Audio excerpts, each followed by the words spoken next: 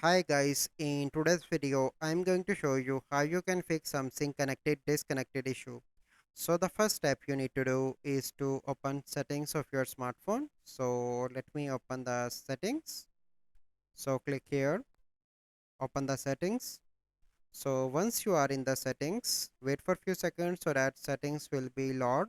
Okay, and then you simply need to scroll down and click on about phone. So once you are in on the about phone, here you can simply need to click on system information.